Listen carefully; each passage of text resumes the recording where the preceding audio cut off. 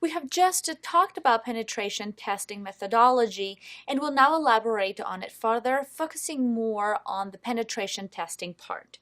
When you try to penetrate into a system or network, if you are not successful, what would you do? Be There you happy. go. You're happy that you couldn't find any vulnerability. But don't stop there. Think like a hacker. Try to carry out a denial of service attack. If you are successful, you have a reason to alert your It management. is possible to be in IT and be happy. Mhm. If you are able to penetrate, what should you do? Well, try the following. You can try to elevate your privileges so that you can attempt to become a super user, administrator, root, etc.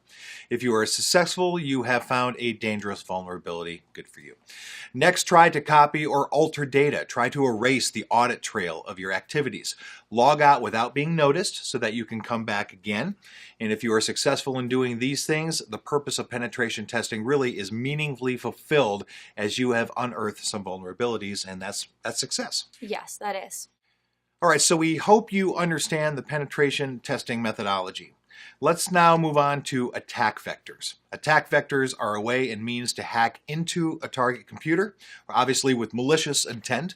They make use of known vulnerabilities to gain entry, and quite often humans are hoodwinked or tricked to gain entry.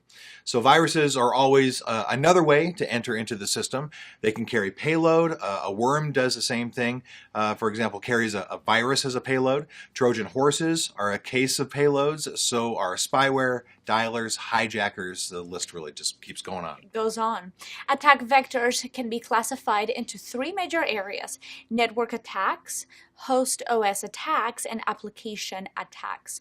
Sniffing, ARP poisoning, MIT-M, spoofing, denial of service, and distributed denial of service are some of the network attacks.